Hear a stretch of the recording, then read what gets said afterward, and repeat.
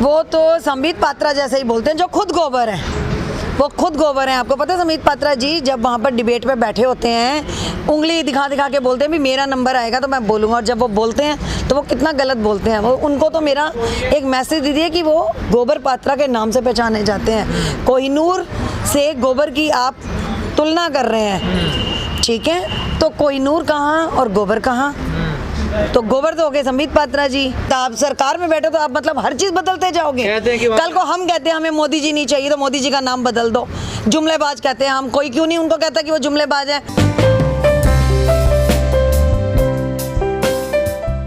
जो मोदी जी चाहेंगे, मोदी जी हैं तो सब मुमकिन है। अब मोदी जी ने अगर ये सब सोचा है जनता के लिए कि बेरोज़गारी बढ़े, रोज़गार ख़त्म, अच्छे से अच्छे लोगों के पास, मतलब आप सोचिए कोई बिजनेसमैन भी है तो उनके बिजनेस डूब चुके हैं। पर अगर यही लॉकडाउन के टाइम में अगर ये सब चलता रहेगा तो आज बिजनेसमैन के पास भी पैसा नहीं है, मिडिल क्लास के पास भी नहीं है, और गरीब तो और गरीब हो चुका है।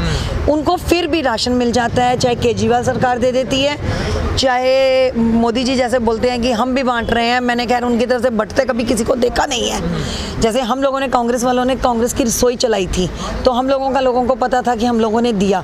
मुझे मोदी सरकार का कहीं बंटता हुआ नहीं दिखा, सुना जरूर है।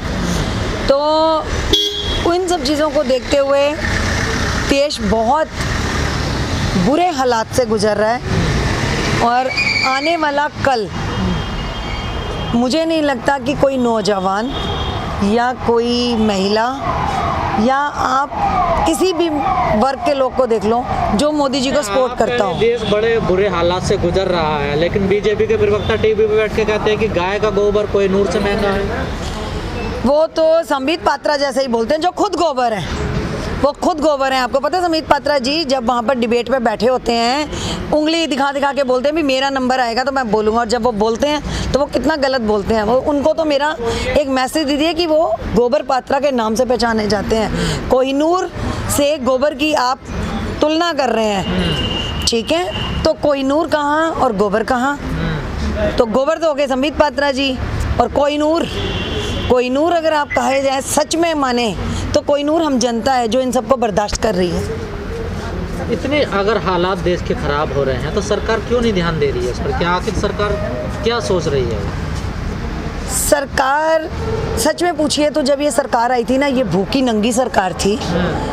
एक्चुअली में क्या, अब ये अपनी सीटों पर आ गए हैं तो अब इनको देश में बड़े बड़े वादे करके आए थे। महिलाओं के लिए ये करेंगे, गरीबों के लिए ये करेंगे, नौजवानों के लिए ये करेंगे, यहाँ यूनिवर्सिटी बनेगी, ये होगा। एक काम पहले तो मोदी जी ये बताएं कि जब सरकार में आए तो उन्होंने कितने वादे पूरे किए? एक भी वादा पूरा नहीं किया। जब वो वादे पूरे नहीं करते तो वादे करते ही क्यों हैं? आपने यूनिवर्सिटी का नाम लिया, जेएनयू का, ऐसी बीजेपी के अंदर से खबरें आ रही है कि जेएनयू का नाम बदल देना चाहिए, स्वामी विवेकानंद रख देना चाहिए उसका नाम। क्यों रख देना चाहिए? नहीं, मोदी जी से पूछिए क्यों रख देना चाहिए। उनका बस चले तो वो सारे हिंदुओं के नाम पे हिंदुत्व की बात करते हैं। जेएनयू के नाम क्यों बदलना चाहिए? मैं उनसे ये पूछना चाहती हूँ कि आप हिंदुओं पे कमेंट करते हो तो आप क्या कोई सड़क, कोई हमारी जितनी भी धरोहर बनी हुई हैं उन सब के क्या नाम बदलते हैं? आप इसलिए गवर्नमेंट में आए थे कि आप जो इतने सालों में कांग्रेस सरकार ने नाम दिए वो सब बदल दोगे? क्यों बदल दोगे? उनको ये राइट नहीं बनता। आप सरकार में बैठे तो आप मतलब हर चीज बदलते जाओगे। कल को हम कहते हैं हमें मोदी जी नहीं चाहिए तो मोदी जी का नाम बदल दो। जुमलेबाज कहते हैं हम, कोई क्यों नहीं उनको कहता कि वो जुमलेबाज है। वो कैसे जेएनयू यूनिवर्सिटी का नाम बदल देंगे? क्यों रखेंगे संत विवेकानंद जी के नाम से? संत विवेकानंद अच्छे थे, बहुत अच्छा उनका था, पर जो चीजें जिनके नाम पे बन चुकी हैं वो भी तो कुछ थे ना, उनका भी तो कुछ नाम था ना। कहा जाता है एंटी नेशनल फोर्स रहती है वहाँ पर, गलत देश के विरोध में गतिविधियाँ होती हैं जेएनयू। ये उनकी सोच है, ये उनकी सोच बोलती है। वहाँ कुछ ऐसा नहीं होता। उनका बस चले तो वो तो कहीं भी बोल देंगे यहाँ कुछ होता है, वहाँ कुछ होता है, ये हो रहा है। कहीं कुछ ऐसा नहीं है, ये उनके दिमाग की सोच है। ये उनकी दिमाग की सोच कोई बदल नहीं सकता। मैडम, हिंदू मुस्लिम मंदिर पे डिबेट होती है, बहस होती है, अभी तक अर्थव्यवस्था में बहस क्यों नहीं हो रही? क्योंकि मुद्दा यही था, हिंदू मुस्लिम को लड़वा दो और राज करो। अर्थव्यवस्था पे बात करें ना, इकोनॉमी हमारी कहाँ चली गई है ये बताएं ना, कितनी नीचे गिर गई है, देश की क्या हालत हो गई है उनके आने के बाद से। अर्थव्यवस्था पे बात करनी चाहिए। बताएं हमारी देश की अर्थव्यवस्था क्यों इतनी हिली हुई है। उनकी सीतारमन जी, उनको तो ट्रांसलेटर चाहिए बात करने के लिए, जानते हैं आप, वो तो इंडियन हो गए, उनको एक ट्रांसलेटर चाहिए बात करने के लिए। क्यों चाहिए? आप हिंदुस्तान से जुड़े हुए हो, आप अपनी मातृभाषा में क्यों नहीं जवाब देते? सीतारमण जी तो कहती हैं जो चीज़ महंगी होती है उसे खाना छोड़ दो, उन्होंने प्याज खानी छोड़ दी। कल को कहेंगी जीना छोड़ दो, जिंदगी में जीना छोड़ दीजिए। कल को वो ये भी बोल सकती हैं कि प्याज खाना छोड़ दो तो जिंदगी जीना छोड़ दो। अब इस तरीके से हर चीज़ बंद होती रहेगी तो इंसान खाएगा क्या? इकोनॉमिक्स के बारे में वो कुछ जानती ही नहीं है, ना ही कोई बोल पाता। तो उनको बनाया ही क्यों था? उनको बनाया ही क्यों था? अब वो हमारे देश की वित्त मंत्री बनी, क्यों बनी जब उनको कुछ पता ही नहीं है? ऐसे वित्त मंत्री होने से तो अच्छा है कि आप रिजाइन दे दीजिए। जेएनयू में विवेकानंद की मूर्ति का जो उद्घाटन देश के प्रधानमंत्री नरेंद्र मोदी करने जा रहे हैं, तो क्या पहले से जहाँ पर जवाहरलाल नेहरू की जो मूर्ति है वहाँ पर एक और मूर्ति का उद्घाटन करना कहाँ तक सही या गलत है?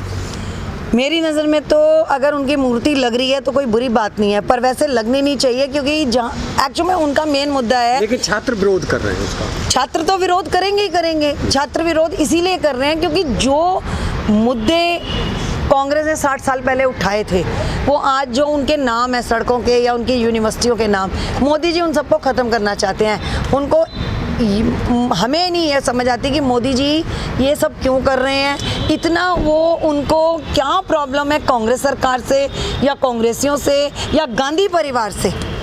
तो जो कि उनकी बनाई हुई धरोहर बेचते जा रहे हैं, नाम बदलते जा रहे हैं। अब विवेकानंद जी की वहाँ मूर्ति लगा रहे हैं, हम मानते हैं वो हमारे लिए आदरणीय है, पर ज़रूरत नहीं है उनकी मूर्ति की। क्या लग रहा है जेएनयू का भगवाकरण किया जा रहा है? बिल्कुल राइट, सही कहा आपने कि वो पूरे देश में भगवा फैलाना चाहते हैं। वो चाहते हैं भगवा हो जाए और ये देश धर्मनिरपेक्ष देश है।